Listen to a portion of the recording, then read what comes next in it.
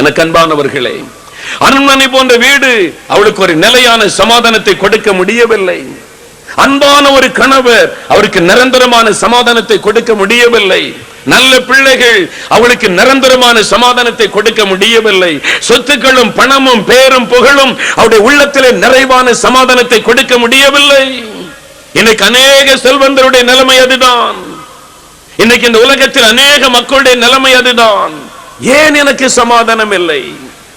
எனக்கு அன்பானவர்களே, நான் இந்த தாயாரை பார்த்து சொன்னேன், நீங்கள் சமாதானத்தை பெற்றுக்கொள்ள ஒரே ஒரு வழி உண்டு. சமாதான பிரபுவாகிய இயேசு. சமாதான பிரபுவாகிய இயேசு.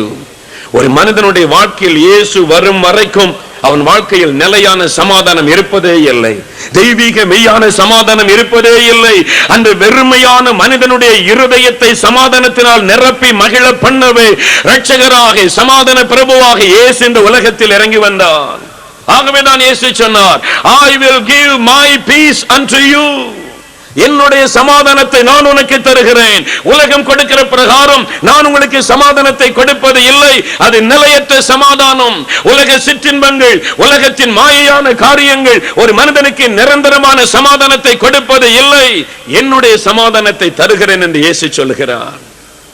அவர் சமாதானத்தின் தேவன். பிலிப்பியர் 4:9 1 தெசலோனிக்கேயர் 5:23 சொல்லுகிறது, அவர் சமாதானத்தின் தேவன், சமாதான பிரபுவாக இந்த உலகத்தில் வந்தவர். அவர் இன்று உங்களுக்கு சமாதானம் கொடுக்க விரும்புகிறார். எனக்கு அன்பான சகோதரனே, இன்றைக்கு உங்களுடைய இருதயத்தின் ஆழத்தை யோசித்து பாருங்கள். நண்பர்களோடு இருக்கும் பொழுது சந்தோஷமாக இருப்பதை போல காணப்படுகிறீர்கள். மற்றவர்களோடு பழகும் பொழுது வெளியிலே மகிழ்ச்சியாக இருப்பதை போல காணப்படுகிறீர்கள். உங்களுடைய உள்ளத்தின் ஆழத்தில் மெய் சமாதானம் இல்லை.